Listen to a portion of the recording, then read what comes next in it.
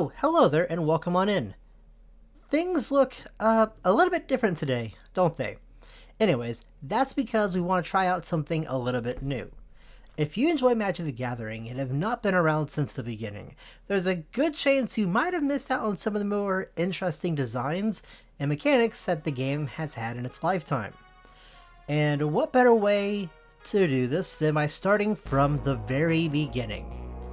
I'm 16-Bit Ferret, and welcome on into MTG History. The mechanic we're going to be talking about today is Ante. This game design was first introduced back in the Alpha set, and had card support that went all the way up to Homelands. So this system / mechanic lasted from 1993 to 1995, and was technically affected by a total of 14 sets. This also does include the Renaissance set, which we'll probably talk about in another video. So, what was Ante? Well, it refers to an optional play of Magic the Gathering, and Ante even had its own special zone, used for just the cards that were for the Ante. It also refers to the act of adding a card to the Ante zone. Ante was also designed by Richard Garfield. Yes, you heard that right, the Richard Garfield, one of the original inventors of Magic the Gathering. Now, how does one play this optional way of Magic the Gathering? Well, if both players agree to play by the Ante rule set, then at the beginning of the game, before they draw their starting hands, each player puts a card randomly from their deck into the Ante zone. This was so people could not just cheat the system by shuffling their deck and putting the top card on their deck and doing some card shenanigans to put whatever they wanted into the Ante zone. At the end of the game, the winner takes any cards that are in the Ante zone to keep permanently. As you can see, the idea behind the Ante system was to bring an element of gambling into Magic the Gathering. I don't know about you, but if I put together a deck and I was playing against somebody, I would totally not want to have the chance to lose any of my cards, whether they be something that's really expensive or something that has a sentimental value to me. And back then, many, and I mean many players also felt this way. Now, what caused the Ante system to no longer be used? Well, it all started when they started doing official tournaments. Now, why do you ask? Because the Ante system technically falls under gambling, and any official tournament venue would need to acquire a gambling license or forced to comply with other legal regulations for it. So you're thinking, alright, so, the venue has to have a gambling license.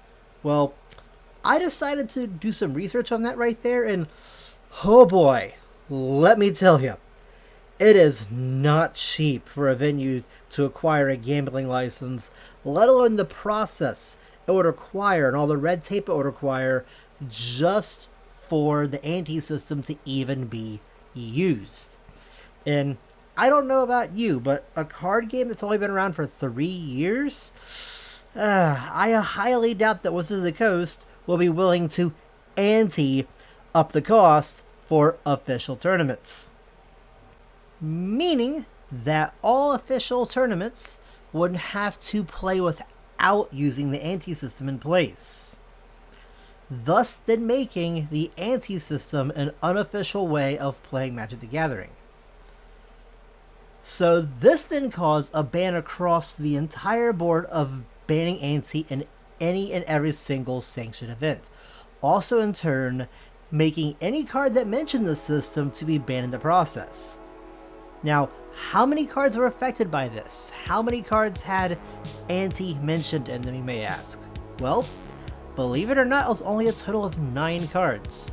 So, even before the system was banned, they didn't give Ante much support, and it really worked out in their favor, because if it had been a larger part of the game since the beginning and stuff, who knows how it would have affected Magic the Gathering. However, I was rather curious about some of these 9 cards that were affected by the Ante system, so I decided to look them up and just pulled 2 randomly from it to see what we had. So the first card we're going to be looking at is Jeweled Bird. Jeweled Bird came from the Arabian Nights set. It is an artifact that costs a single mana. Now it says you have to remove Jeweled Bird from your deck if you're not playing for Ante. Tap it, draw a card, look at your contribution to the Ante, and then put it into your graveyard, then replace it with Jeweled Bird. So it looks like that they had a way to replace the card that you had as your Ante with something else. That's pretty nice. Now let's just look at another card that I randomly pulled. That card's going to be Rebirth, a sorcery that had a casting cost of 3 and triple green, and it lets each player choose to be healed back to 20 life, and any player who chose to be healed this way has to ante up an additional card from the top of their library and remove this card from your deck before playing if you're not playing for Ante. So it also looks like some Ante cards had a way to have a trade-off effect where it would do something at the cost of you having to ante up another card. So I found that pretty interesting. That's going to be it for this video, everyone. I want to say thank you so very much for watching. If you liked it, do be sure to hit that like and subscribe button. We're starting out with this right here. We're still pretty new to it, and it really helps us out as we keep on trying to grow. Is there any old mechanic or system that was part of Magic's history that you are interested in? If so, do be sure to leave it down in the comments below, and we might look at it in a future video. Anyways, I'm 16-Bit Ferret, and I hope you all have a Duke day.